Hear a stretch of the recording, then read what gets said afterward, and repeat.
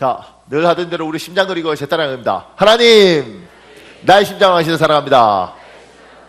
자, 옆에 보고요, 눈 맞추시고요, 예수의 심장 하시를 축복합니다. 반대편 보고요, 예수 심장으로 당신을 축복합니다. 아, 고맙습니다. 자, 이달의 말씀하겠습니다. 예수께서 이르시되 할 수 있거든이 무슨 말이냐? 믿는 자에게는 능히 하지 못할 일이 없느니라 하시니, 곧 그 아이 아버지가 소리질러 이르되 내가 믿나이다 나의 믿음 없는 것을 도와주소서 하더라. 마가복음 9장 23절에서 24절 말씀. 할 수 있거든이 무슨 말이냐? 믿는 자에게는 능히 하지 못할 일이 없느니라. 아멘. 내가 믿나이다 나의 믿음 없는 것을 도와주소서. 예수님의 이름으로 기도합니다. 아멘. 반드시 여러분의 기도도 될 줄 믿습니다. 오늘 창세기 말씀인데요, 창세기는 1장에서 50장으로 되어 있잖아요. 이걸 딱 두 개로 나누면 1장에서 10장까지 있고 12장부터 50장까지 있어요. 12장부터 50장은 4명이 주인공입니다. 4명. 그게 이제 우리가 잘 아는 아브라함, 이삭, 야곱, 그리고 요셉, 이렇게 아버지 아들 이렇게 되는 거죠. 그 중에서 요셉에게는 아들이 둘이 있습니다. 하나가 므낫세, 하나가 에브라임. 근데 오늘 요셉의 아버지 야곱이 요셉의 아들 둘, 므낫세와 에브라임을 축복하는 거예요. 근데 이게 굉장히 자연스러운 장면일 수도 있는데 조금만 생각해 보면 이게 자연스러울 수 있을까 이렇게 생각을 세상 사람들 할 수 있어요. 왜냐하면 요셉은 그 당시 총리였거든요. 근데 막강한 이집트의 총리였어요. 그러니까 실세 중에 실세. 왕은 명칭만 있는 왕이고 실제로는 요셉이 다 하는 그런 실세인 총리예요. 그 총리 아들이에요. 그러니까 소위 지금 말하면 금수저가 아니고 다이아몬드 수저인 거죠. 그러니까 아버지가 총리고 가진 재물도 많고 다 가진 사람이에요. 아니, 그런 애들한테 뭔 축복을 하냐고. 아니, 뭐 없어야 축복을 하지. 다 가졌는데 거기에다가 뭐하러 축복 안수까지 하냐고. 안 해도 그냥 잘 살 텐데. 사람 이게 동감이 안 되시는군요. 아니, 다 가졌어요.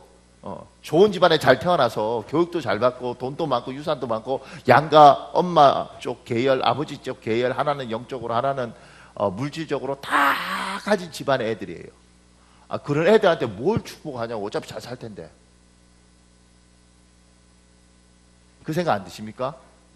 안 드시는군요. 나도 이번 설교 준비하기 전까지 안 들었어요. 그냥 축복기도 하는갑다 이렇게 생각했는데 가만히 생각해 보니까 정말 금수저가 아니라 정말 다이아몬드 수저인데 왜 얘들한테 축복을 할까? 얘들한테 뭐가 부족해서 더 기도를 해줘야 될까? 이 생각을 본문을 보다가 하게 되더라고요.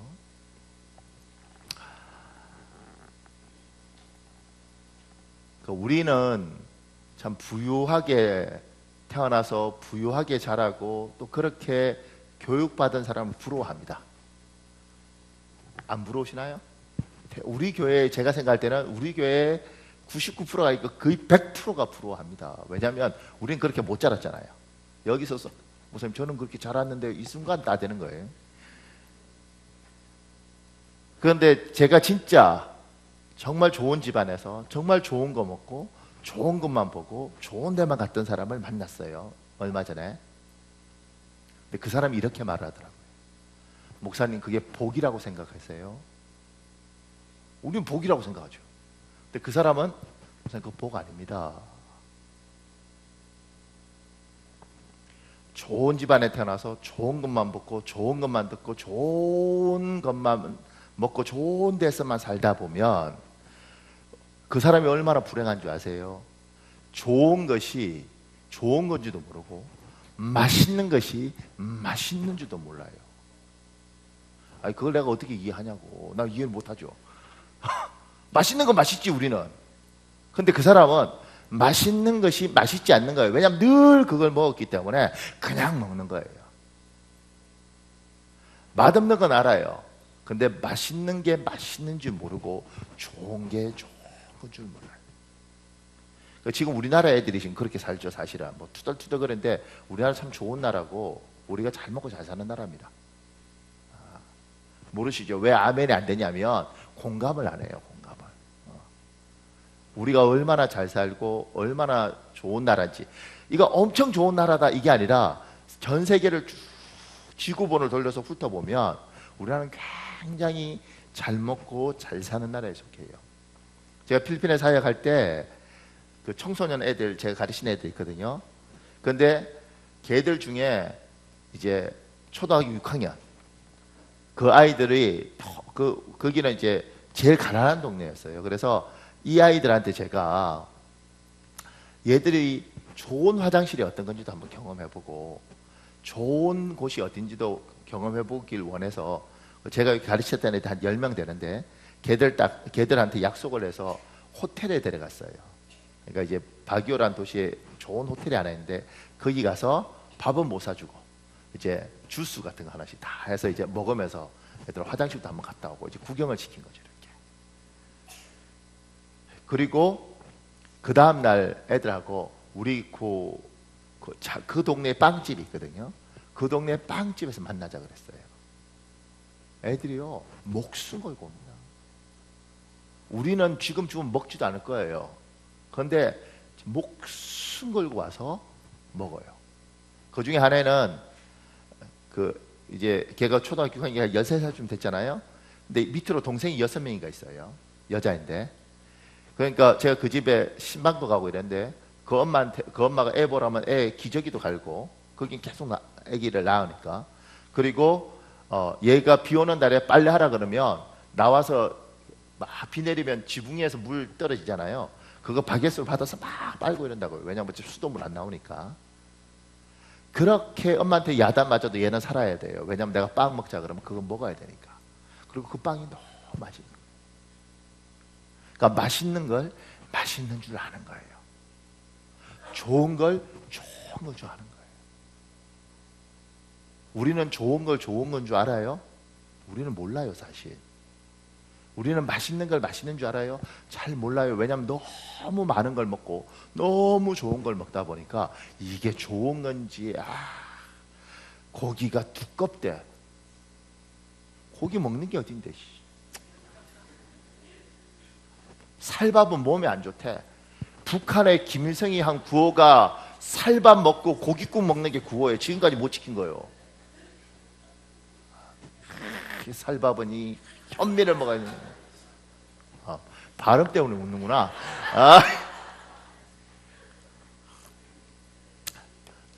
내가 서울 시민인 줄 알고 잠시 착각을 했어. 그것도 표준어로 듣는 사람 있잖아. 이시동에서 표준어로 들리지. 김혜수 장님 표준어로 들리잖아요. 장님이 나보다 사투리 심해요. 자, 그러니까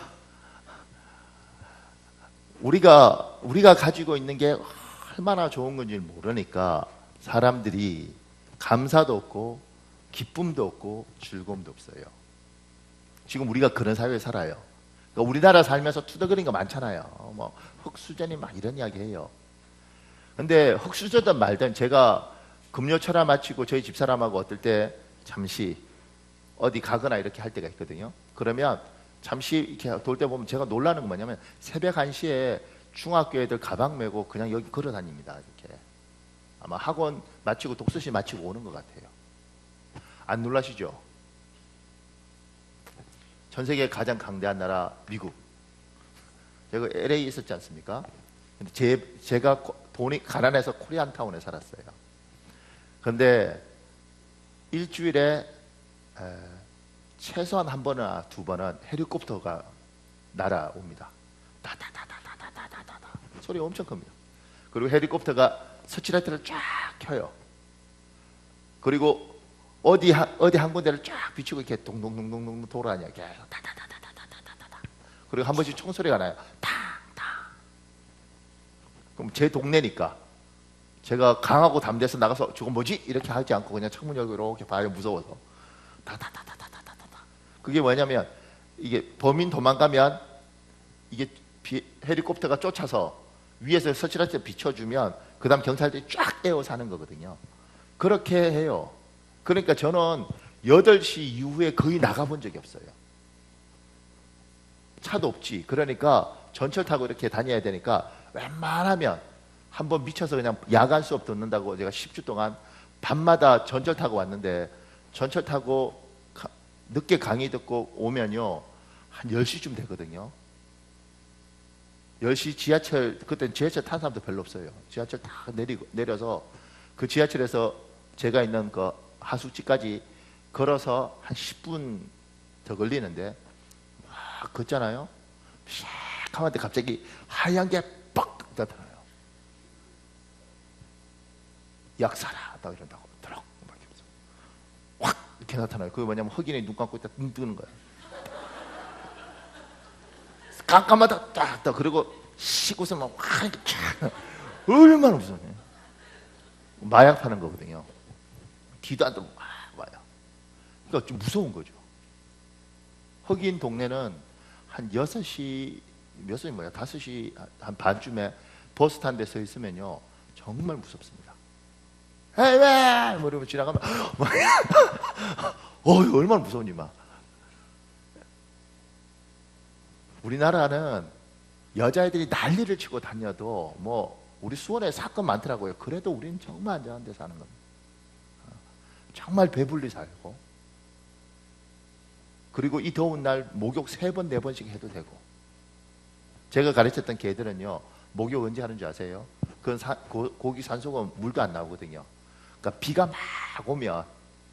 오면 지붕을 다 이렇게 지어놨으니까 저 지붕 위에서 물이 쫙 와요. 그러면 애들이 막 뛰어가서 비누 갖고 막 이렇게 들어가요. 그러니까 개들은 물이 귀한 줄 알아요. 고마운 줄 알아요. 2005년도에 26살인데 여자가 이화여대 나오고 미국의 뉴욕대 다니다가 자기가 가진 돈만 2천억이에요. 2천억.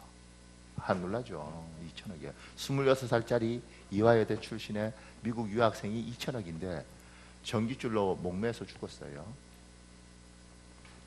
왜 죽은지 아세요? 사연은 있겠지만 이제 그 말하는 건 좀 미안하지만 제가 생각할 때 좋은 게 좋은 건지 모르니까 죽은 거예요. 우리는 10억 있으면 죽겠어 안 죽겠어? 누가 죽어? 그거 써야지. 10억이 아니고 5억만 있어도 어떻게 죽어? 그거 써야죠. 2천억인데 2천억 없이 그냥 가는 거예요. 왜냐하면 자기가 너무 어렸을 때부터 너무 좋은 것만 갖고 살았으니까 이게 얼마나 좋은 건지 몰라요. 얼마나 귀한 건지 몰라. 그러니까 언제든지 버려버릴 수 있어. 우리는 못 버리지. 통장에 10억? 어이구 죽어도 쓰고 죽어야지. 절대 안 죽어요.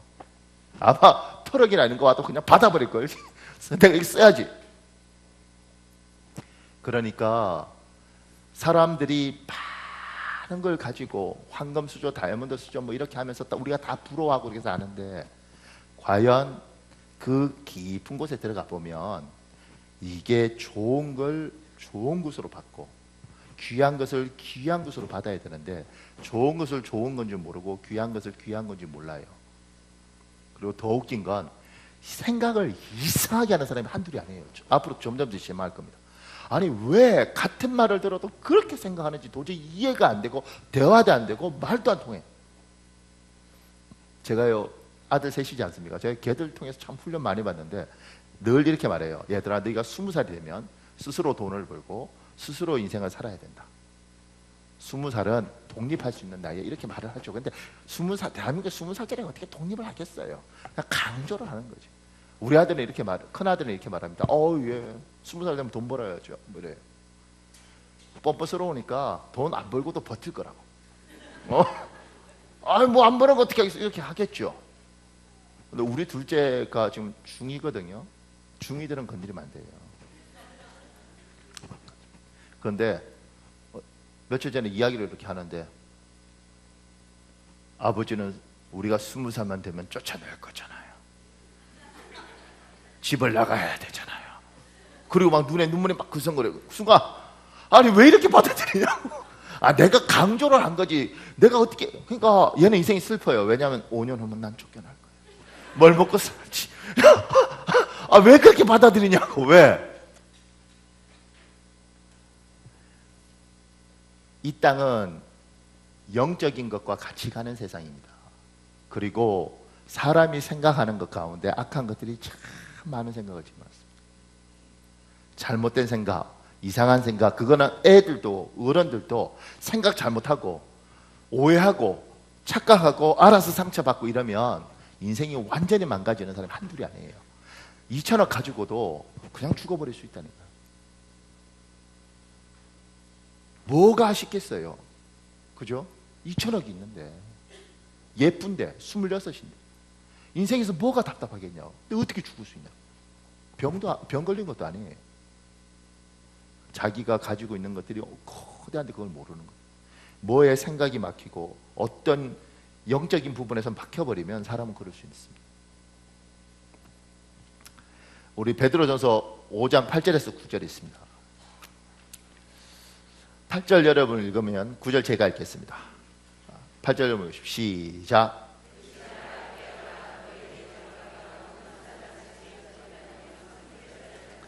너희는 믿음을 굳건하게 하여 그를 대적하라. 이는 세상에 있는 너희 형제들도 동일한 고난을 당하는 줄을 알미라.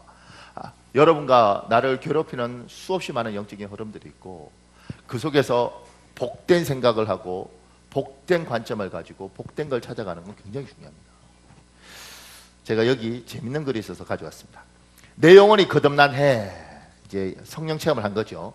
그의 쾌청한 주일 오후 1시경 작은 도시 청송군 진보면 예배를 마친 후 오토바이를 타고 집으로 돌아가던 나는 귀한 일을 경험했다. 그 화창한 대낮에 갑자기 눈앞이 캄캄해지더니 운전 중인 내 눈에 아무것도 보이지 않았다. 대로를 달려가던 중이어서 사고 위험을 직감하고 반사적으로 브레이크를 잡아 길 한가운데 급정거를 했다. 암흑 같은 순간은 단 몇 초 만에 끝나고 다시 시야가 회복되자마자 나는 믿기 힘든 광경에 온몸이 얼어붙는 듯. 지금까지 늘 봐오던 거리의 모습은 그대로였지만 단 한 번도 보지 못한 세계가 눈앞에 열려있는 게 아닌가. 온 시가지의 공중에 무수히 많은 검은 형체들이 우주 유영을 하듯 날아다니고 있었다. 징그럽도록 흉측한 여러 짐승의 모양으로 꺼멓게 번질대는 그들은 올챙이떼처럼 모였다 흩어지기를 거듭했다. 흔히들 말하는 영안이 열렸다는 게 이런 거구나 싶어 심장이 콩콩 뛰었다. 혼란한 마음을 추스르는 내 눈에 공중을 휘젓던 수많은 악한 것들이 내 앞을 걸어가는 새아이를 향해 여러 방향으로 공격하는 모습이 선명하게 들어왔다. 그들은 영적 존재라 시간과 공간의 제약을 받지 않으니 수백 수천씩 몰려다니면서 아이들의 머리로 들어갔다가 옆구리로 빠져나오는 등 온몸을 들락거리며 영혼과 육체를 더럽혔다. 실로 처참한 광경에 소름이 확 돋았다.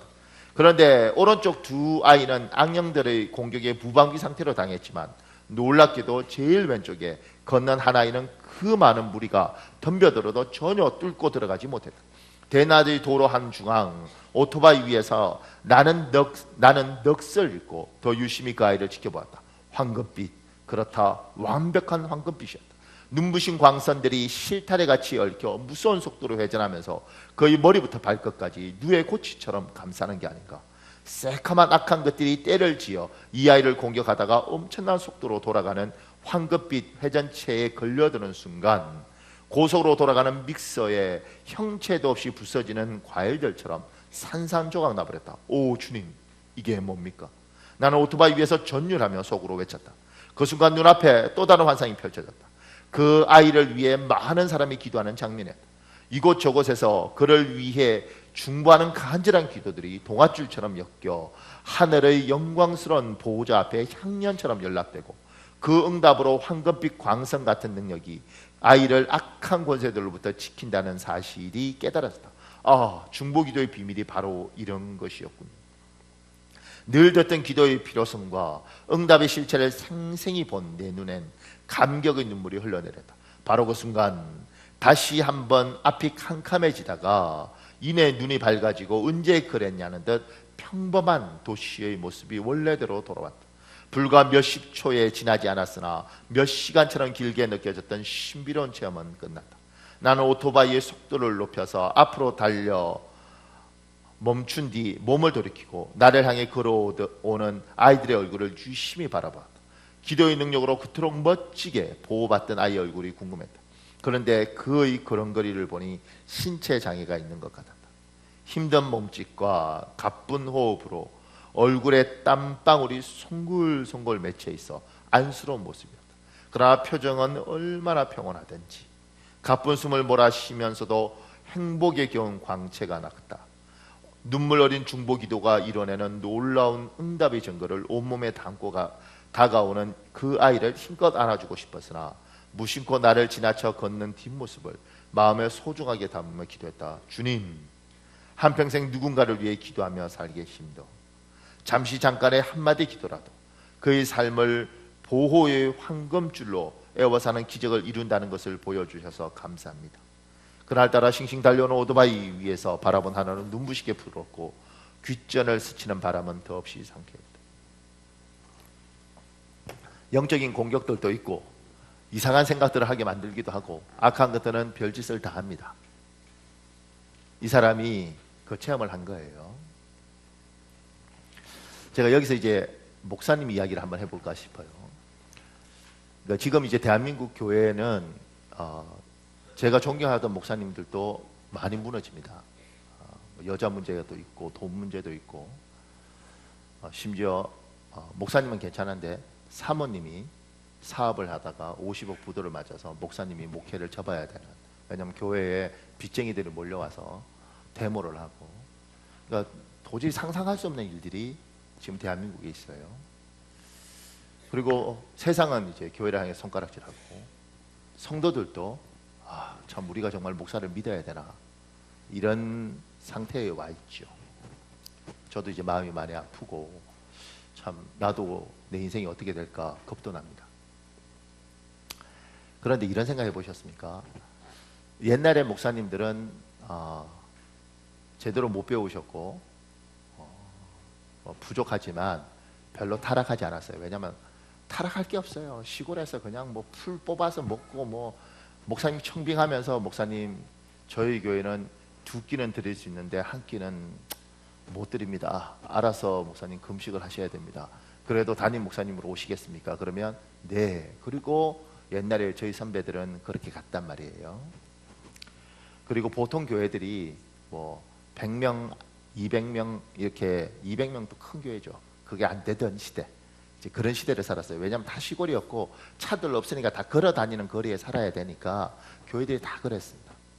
근데 문화가 발달하고 거대한 도시들이 생기고 차 가지고 20분이고 30분이 갈 수가 있고, 그리고 목사님들이 유학을 하고 공부를 많이 하고 그렇게 교회들이 또 2,000명, 3,000명 되는 큰 교회들이 생기기 시작을 하면서 교회가 이를테면 한 5,000명 정도 되면 헌금이 한 80억 정도 돼요. 그러니까 굉장히 많습니다. 그러니까 돈도 많아지고 그러면서 이제 목사님들이 문제가 생기죠. 근데 이걸 전부 다 이제 그런 식으로 보는 거죠. 이제 합리적으로만. 근데 이런 생각 해보셨습니까? 50명, 100명일 때 목회자들은 그냥 자기가 열심히 기도하면 버틸 수 있어요. 근데 1,000명, 2,000명 되면 악한 것들이 저 사람 하나 무너지면 2,000명 무너지는데 뭐로 사람들을 건드리겠어요? 목사 하나 죽이면 교회에 상처받을 사람들이 너무 많을 텐데. 그래서 지금 대한민국은 너무 똑똑하고 유명한 목사님은 기도할 시간이 없고 성도들은 바쁘니까 자기 기도도 부족한데 목회자 기도도 못하고, 그러면서 10,000명, 20,000명 되는 교회 목사님들이 무너지기 시작을 하는 겁니다. 그러니까 중보 기도라는 것들이 굉장히 중요하고 성도들은 기도를 할 때 목사님 우리가 믿고 신뢰했는데 어떻게 그렇게 무너질 수 있어요? 이 말을 하기 전에 내가 저 사람을 위해서 기도한 적은 있었는가, 그 생각을 하셔야 됩니다. 우리도 그냥 이렇게 보면 그냥 아담한 교회 같지만 우리가 애들까지 이렇게 다 하면 보통 주일날은 그냥 애들까지 하면 보통 못 나오다 한 400명 정도 와요. 그리고 아장아장 걸어 다니는 애들까지 하면 그리고 이제 그러니까 이제 교인들 하면 한 500명 정도 될 거란 말입니다. 더 되든. 그러니까 결코 조그만 교회가 아니거든요. 그러면 한 사람 제가 무너지면 상처받는 사람들이 너무 많은 거예요. 근데 그러면 악한 것들이 날 공격하지 않겠냐고. 그리고 집안에 아버지가 무너지면 그 집안이 얼마나 힘들어지겠어요. 엄마가 무너지면 그 집안이 얼마나 힘들겠어요. 그러니까 애들이 아버지가 왜 그러세요? 이게 아니라 아버지를 불쌍히 여기고 기도해야 되는 거예요. 그 나이면 알아서 책임져. 이게 아니라 이 땅에서 살아가는 게 너무 힘드니까. 그리고 지금은 기준도 무너지고 가치관도 무너져서 사람이 버티는 게 너무 힘이 드는 세상이에요. 그래서 아버지를 세우고 엄마가 힘을 내고 가족이 어떻게든 서로를 위해서 기도하고 그렇게 버텨야지. 아버지 인생이가 아버지가 알아서 살고 네 인생이 네가 알아서 살고 이렇게 사는 게 아니라고. 그리고 이게 공동체라는 게 내 아이 하나가 잘못되면요 가족 전체가 불행해지는 겁니다. 어디 가서 이야기하겠냐고. 내 아이가 문제가 생겼는데. 내 남편이 문제가 생겼어요. 어디 가서 이야기하겠냐고. 그러니까 교회도 리더들도 그 리더들을 위해서 굉장히 간절한 기도가 필요한데 그러지 않으면 영적으로 수없이 공격도 속에서 피곤하다. 그리고 무너지면 너무 힘들어지는데 왜 당신은 무너졌냐고 이렇게 말해요. 아버지 무너지면 집안 정말 힘들고 엄마 무너지면 정말 어려워요. 그러니까 리더를 위해서 기도해야 되는 거예요. 그래서 제가 어떤 때 그 생각이 들더라고요. 우리나라 대한민국의 국회의원들은 정말 좋은 학교 나오고 공부도 많이 한 사람이고 대통령 보좌하는 사람도 정말 공부도 많이 하고 뭐 하버드 박사들도 많거든요. 그런데 왜 내가 봐도 바보 같은 선택들을 할까? 이게 아니라 저들을 위해서 기도하지 않으면 저들이 잘못된 선택을 하는 순간 우리 골치 아파지는 겁니다. 저는 사드 배치가 옳은지 그런지 몰라요. 근데 중국에 있는 제 친구는 사드 배치한다는 이야기 딱 나오는 순간 중국에 목회하니까 우리 죽었어야 이러더라. 그러니까 이 결정이 어떤 옳은지 그런지는 모르겠지만 어떤 결정을 할 때 누군가는 죽어나는 사람이 있다는 거예요. 누군 도움이 되겠지만. 그러니까 리더들을 위하여 믿든 안 믿든 그 사람이 제대로 된 결정을 하도록. 여기 우리는 이제 대부분 회사 다니는 사람들이 많으니까 삼성이든 LG든 뭐 기아든 리더가 잘못 결정해서 무너지면 우리 다 힘들어지는 거예요. 그 사람이 재수가 있든 재수가 없든 바른 선택들을 해야지 우리 다 사는 겁니다. 그러니까 하나님 저들이 바른 선택을 하도록 내 마음에 들지 않더라도 저들이 제대로 된 선택을 하고 복된 선택을 하도록 하나님 살려주십시오.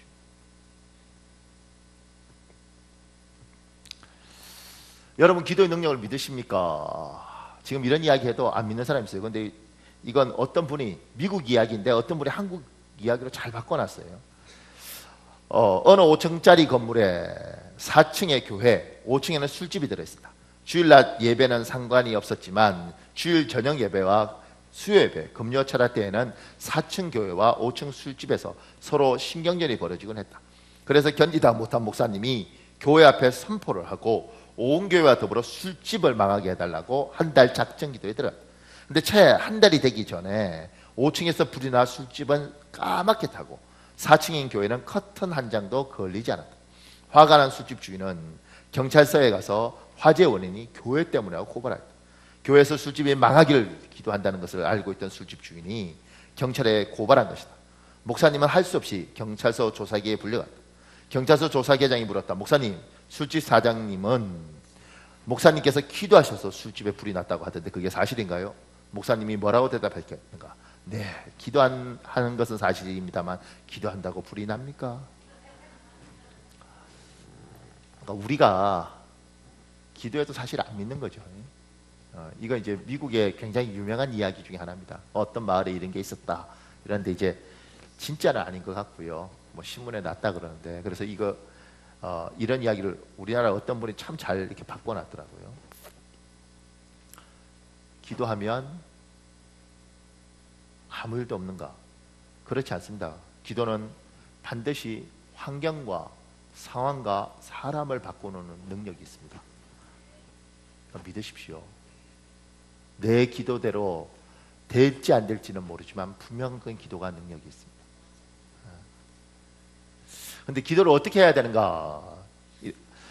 제가 여기 이렇게 적었어요. 기도하는 사람은 많이 있습니다. 그러나 간절히 기도하는 사람은 많지 않습니다. 우리 누가복음 22장 44절 읽어보겠습니다. 시작.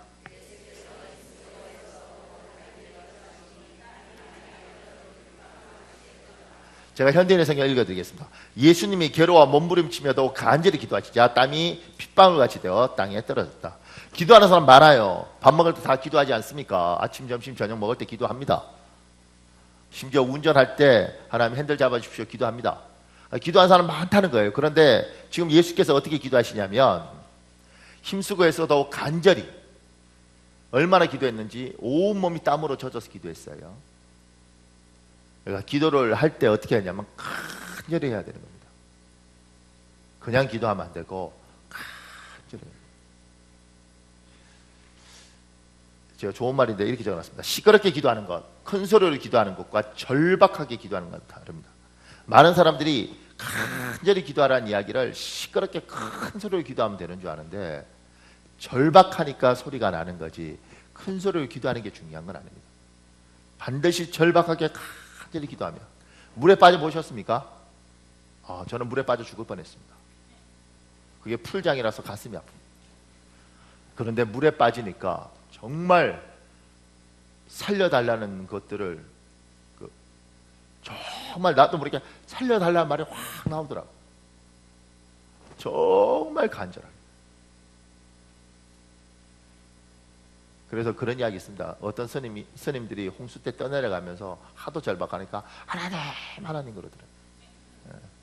부처님 그러지 않고 하도 급하니까. 그러니까 기도할 때 절박하게 기도합니다. 시끄럽게 기도하라는 게 아니라 큰 소리로 기도하는 게 아니라. 그래서 어떤 분들은 그냥 가만히 기도해도 온몸이 땀으로 젖는 사람이 있습니다. 소리 크게 내지 않더라도 얼마나 간절히 기도하는지.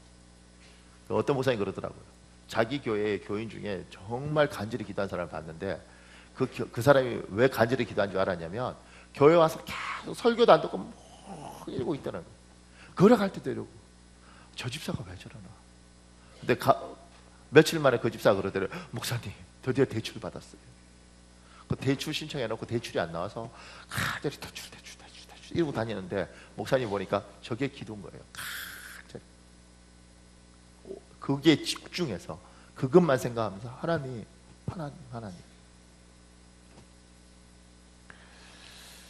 그래서 사무엘상 7장 7절에서 9절에 있는데, 이게 미스바의 사람들이 모여서 블레셋이 공격할 때 이스라엘 백성들이 어떻게 했냐면, 제가 8절 읽을 테니까 여러분 9절 읽으십시오.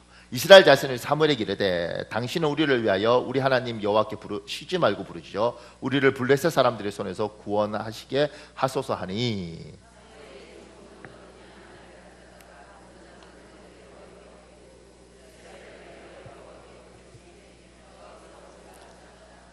쉬지 말고 부르짖어 기도하라고 이야기해요. 그리고 쉬지 말고 부르짖어 기도합니다.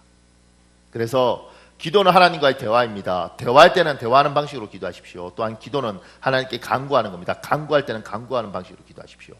굉장히 중요한 이야기입니다. 그러니까 우리나라는 통일성이 굉장히 강해요. 그래서 뭐 하나가 있으면 그게 전체를 휩쓸고 이게 정답이면 이게 정답이고 나머지는 다 수준이 떨어지는 대답이라고 생각해요.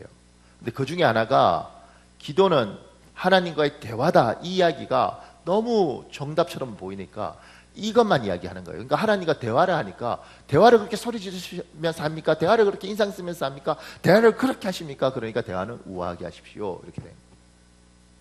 그러니까 좋은 동네에서 삶의 여유가 있으면서 하나님하고 대화할 때는 대화하고요, 간구할 때는 간구하십시오. 간절히 기도할 때는 뼈가 녹듯이, 야곱이 야복강가에서 창자가 뒤틀리듯이 정말 간절하면 그렇게 기도하는 겁니다. 근데 우리가 지금 간절히 기도할 게 별로 없어요. 왜냐하면 살만하니까. 근데 누군가는 절박할 거라고요. 그러면 간절하면 간절하게 기도하십시오. 또 하나는 정말 중요한 기도는 규칙적으로 반복해서 꾸준히 하는 기도입니다. 그리고 그 중에서 특히 가족을 위한 기도는 그렇게 해야 됩니다. 우리 누가복음 22장 39절 40절 있습니다. 그 중에 39절에 이렇게 있습니다. 예수님이 습관대로 감난산에 가시사 40절에 제자들에게 시험에 들지 않도록 기도하라 그러시고 41절에 무릎을 꿇고 자기가 기도하셔요. 그러니까 기도를 주께서 습관적으로 감난산에 가서 기도하신 거예요. 인생에서 시간관리법을 돈 주고 배우게 되면 시간관리법의 사각형을 딱 만듭니다. 그러면서 하나는 급한 일, 급하지 않은 일, 중요한 일, 중요하지 않은 일 이렇게 해서 이렇게 그러면 네 가지 2 곱하기 2는 4잖아요. 네 가지 경우가 나와요. 급한데 중요한 일, 급한데 중요하지 않은 일, 급하지 않는데 중요한 일, 급하지 않은데 중요하지 않은 일. 그 중에 제일 먼저 해야 될 게 뭐냐 그러면 대부분의 사람은 급하고 중요한 일을 한다 그래요. 그게 뭐냐면 애가 다쳤어. 뭐 오늘까지 세금을 내야 돼. 그러지 않으면 벌금부터. 이게 급하고 중요한 일이에요. 그런데 정말 해야 될 건 급하고 중요한 일을 하는 게 아니라 급하지 않지만 중요한 일을 하는 거예요. 급하지 않지만 중요한 게 뭐냐면 건강을 관리하는 거. 급하지만 중요하지 않은 게 뭐냐면 영어 공부 같은 걸 꾸준히 하는 거. 이런 건 급하지만 중요하지 않아요. 그런데 그건 최우선에 두고 그걸 해야지 인생이 풀린다고 이야기해요. 기도도 하나님 앞에 꾸준하게 하는, 급하게 보이지 않더라도 굉장히 중요한 일이고 꾸준하게 하는 겁니다. 언제까지요? 하나님이 열매를 줄 때까지요. 그 중에서도 가장 중요한 건 내 가족들을 두고 내 식구들을 두고 기도하는 거예요. 왜냐하면 조금 전에 제가 말씀드렸지 않습니까? 아버지가 무너지면 내 정말 고생해도 인생 힘들어진다니까.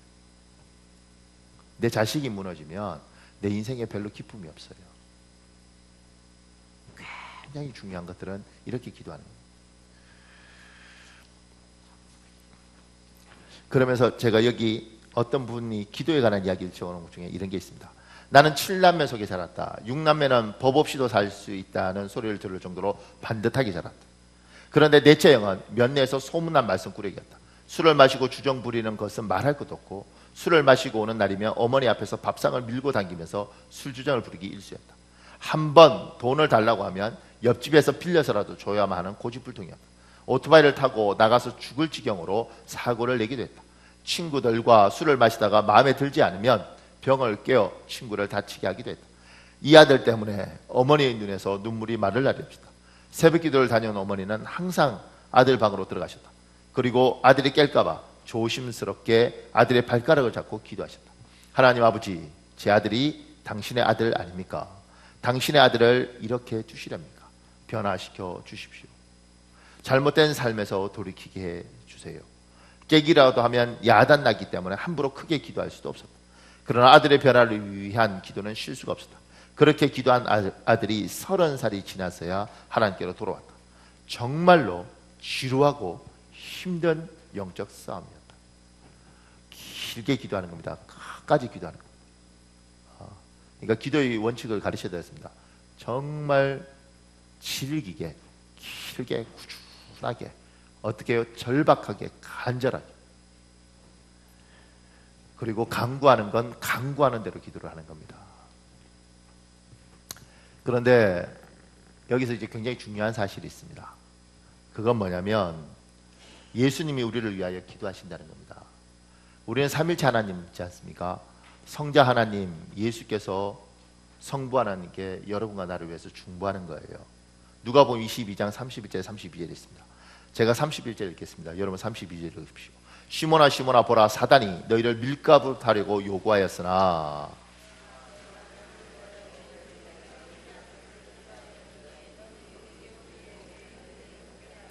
예수 그리스도께서 여러분을 위해서 기도하고 계십니다.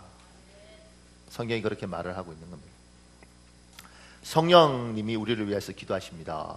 성령 하나님이 우리를 위해 성부 하나님께 중보하십니다. 로마서 8장 26절에 있습니다. 여러분 읽으십시오. 시작.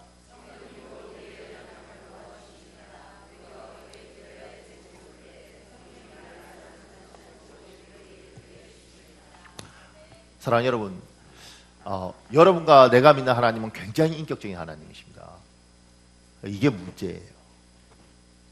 그 하나님은 인격적이시니까 우리를 인격적으로 대우하려고 그러세요. 그래서 우리에게 의지라는 걸 주십니다. 그리고 그 의지를 자유롭게 사용하도록 하셨어요. 그러니까 하나님께 순종할 수도 있고 거부도 할 수 있는 유일한 존재가 인간입니다. 창조주 하나님 앞에 덤빌 수 있는 엄청난 권한을 주셨어요. 그러니까 덤빌 수도 있고 그분을 따라 그분을 흡족하게 만들 수도 있어요. 그냥 우리들 중에 누구는 이러죠. 하나님, 나는 의지가 없습니다. 하나님 시키는 대로 하겠습니다. 그냥 나 끌고 가시고 싶은 대로 끌고 가십시오. 주님이 어릴 때는 합니다. 갓 태어났을 때 기저귀 갈고 응가 닦아주고 뭐 젖 물리는 것처럼 어렸을 때는 그렇게 하세요. 그런데 좀 더 자라면 하나님은 우리가 그렇게 살기를 원치 않고 우리 스스로 선택하기를 원하세요. 우리 스스로 하나님이 원하시는 방식으로 하나님이 즐거워하는 걸 선택하길 바라십니다. 그게 뭐요? 성장하는 거예요. 제가 아까 첫째, 둘째 이야기했잖아요. 저희 셋째 아들 이야기도 해줄게요. 재밌습니다. 제가 애 키우면서 이럴 줄 알았으면 한 10명 정도 낳을 거예요. 셋째가 11살이에요. 초등학교 4학년인데 제가 보니까 11살짜리가 어리더라고요. 근데 얘는 항상 제 방에 와서 뭘 먹어요. 제 방 냉장고는 2명이 도둑이 있는데 하나는 우리 산모고 하나는 우리 막내예요. 뭐든지 털어가요. 채워넣는 거 본 적이 없어요. 얘가 늘 와서 열어서 먹는데 제가 이렇게 물었습니다. 아들, 너는 왜 맨날 아빠 냉장고 열어서 먹니? 나는 너에게 다 이렇게 너에게 주는데 너는 나에게 주는 게 뭐니? 그러니까 걔가 이러더라고. 행복? 이러더라고. 뭘 행복을 줘 지가. 그러면서 이제 얼마 전에 저한테 간장치킨을 먹고 싶다는 거예요. 간장치킨. 근데 제가 이렇게 가정에 대한 설교를 하니까 좋은 아빠가 되기 위해서 오케이, 내가 간장치킨을 사줄게. 너가 나에게 해주는 게 없어도 나는 너를 위해서 과감하게 투자하겠다. 그래서 간장치킨을 사서 집에 들고 갔어요. 집에 또 두 놈 있지 않습니까? 3만 원치를 사서 집에 가서 먹는 거죠. 우리는 몇 개 먹지도 못해요. 세 놈이 그냥 먹으면 정신 하나도 없어요. 그렇게 쫙 먹고 큰 놈 둘째는 하나는 고3이고 하나는 중2인데 별로 고맙습니다 이런 끝이야. 그리고 다 먹어요. 뭐 걔들이 뭘 더 바라겠어요? 근데 그렇게 먹고 각자 이제 다 먹고 나면 내 앞에 있을 이유도 없어요. 다 뭐 지그 인생을 살아요. 막내가 저한테 오더니만 우리 막내는 물질에 밝아요. 어린 놈이. 그래서 큰 놈이나 둘째는 남는 게 없는데 얘는 돈을 모아요. 얘가 오더니만 지 지갑에 4만 5천 원이 모여있더라고요. 독한 놈. 훌륭해요. 그 중에서 3만 원을 다 꺼내더니만 치킨값으로 다 주더라고요.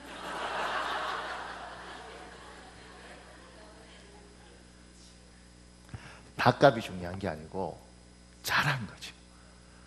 고통 분담을 같이 하면서 뭔가 고마움을 표현한 거죠. 갑자기 이놈은 돈 투자할 가치가 있다. 제가 왜 이야기하냐면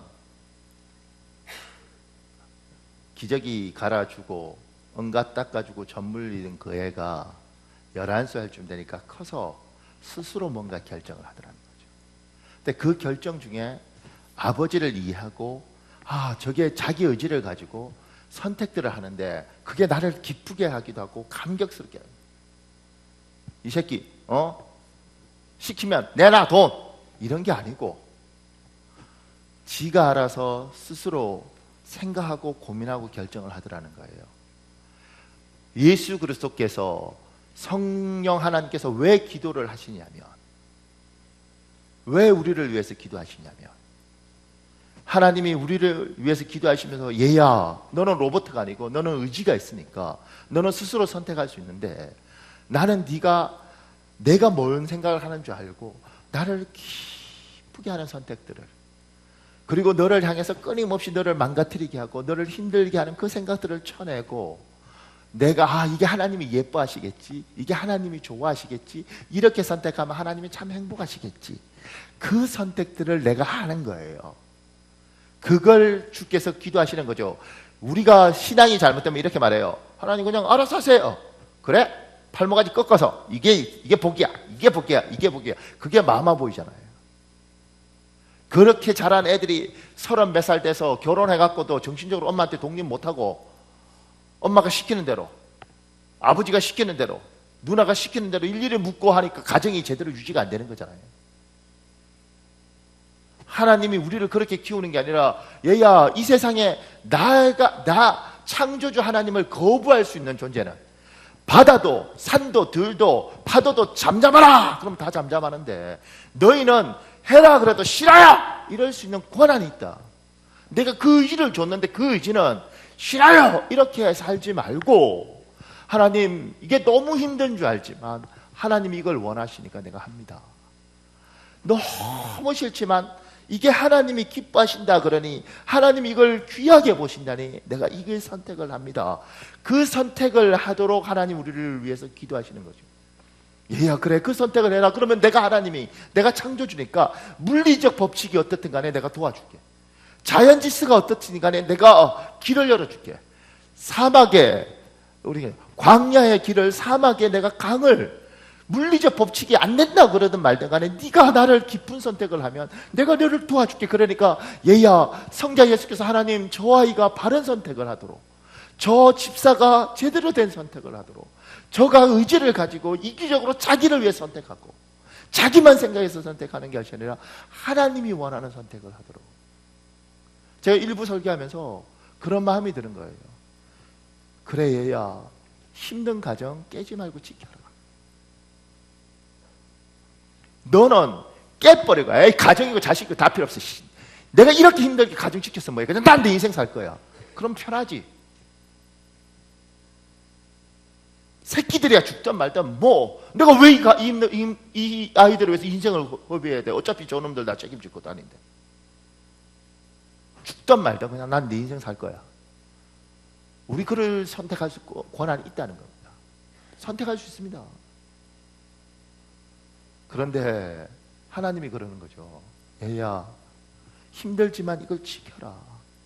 나는 니들이 그렇게 같이 사는 걸 원하고 그 가정을 지키는 걸 원하고, 그리고 그걸 지키면서 너무 힘들면 내가 지금 응원하고 있으니까 내가 널 도와주겠다 그러니까 네가 하나님 도와주십시오, 하나님 지키고 싶습니다.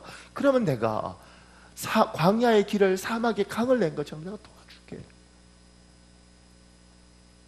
하나님, 지금 하나님이 나에게 주신 이 소중한 먹고 사는 뭔가가, 직장을, 하나님 분명히 이게 하나님이 주신 건 맞는데 이걸 내가 힘들고 마음이 상하고 자존심이 상해도 이걸 지키면 그래도 우리 가족이, 나는 죽어갈 정도로 힘들지만 그래도 우리 가족이 웃을 수 있는데, 에이 더러운 새끼 다 때려치고 내가 그냥 산에 가서 낚시하고 살래.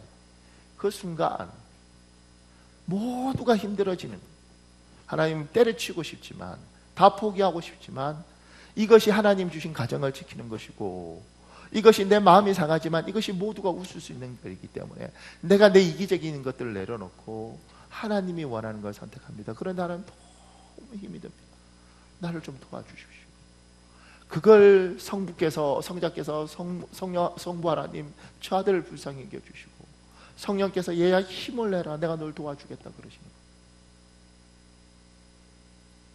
사단은 항상 이렇게 말합니다. 네 하고 싶은 대로 해. 너를 위해서 살아. 너를 위해서 살아. 중요한 건 너지 누가 중요하겠어. 그래서 내가 원하는 대로, 내가 하고 싶은 대로, 내가 편한 대로 선택을 하고 나니 그때는 편했는데, 그때는 좋았는데 시간 지나고 나니까 이렇게 말하죠. 엄마는 엄마를 위해만 살았잖아. 아빠는 아빠를 위해서 살았잖아. 당신은 당신 인생만을 위해서 살았잖아. 그리고 나이 들어서 왜 우리에게 사랑을 받기를 원하세요? 희생과 눈물을 뿌리지 않았는데 어떻게 존경을 받기를 원하세요?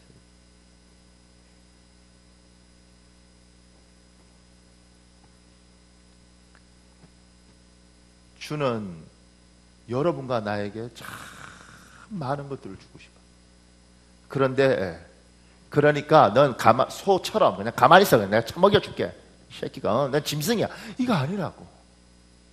나는 너를 사람으로 세웠고 너에게 나와 동일한 성정을 주었고 너는 무엇이든지 선택할 수 있다. 그런데 내가 지금까지 만난 수없이 많은 인간들은 이 선택을, 이 의지를 자기 자신만을 위해서 철저하게 이기적으로 그렇게 선택하니 가정들이 너무 힘들어지고 부모 자식 간의 관계가 너무 힘들어지고 이 세상이 이렇게 황폐하게 되는 거야. 네가 가진 이 의지를 가지고 그래, 하나님 이걸 원하시지. 그래, 내가 힘들어도 이걸 해야지. 내가 어려워도 이렇게 하면 하나님이 원하는 가정이 되고 하나님이 원하는 회사가 되고 하나님이 원하는 나라가 될 거야. 나는 마음이 상하고 나는 어려워도 하나님이 이걸 원하지. 예수께서 그걸 위해서 기도하고 있고 성령께서 그걸 위해서 도우실 거야. 지금 힘들지만 이 시간들을 내가 보내면 내가 생각할 때는 눈앞에 보이는 것이 없고 이대로 가면 너무 힘들겠지만 반드시 주께서 나에게 홍해처럼 길을 가르시고 사막에 물을 내셨던 것처럼 물을 내실 거예요.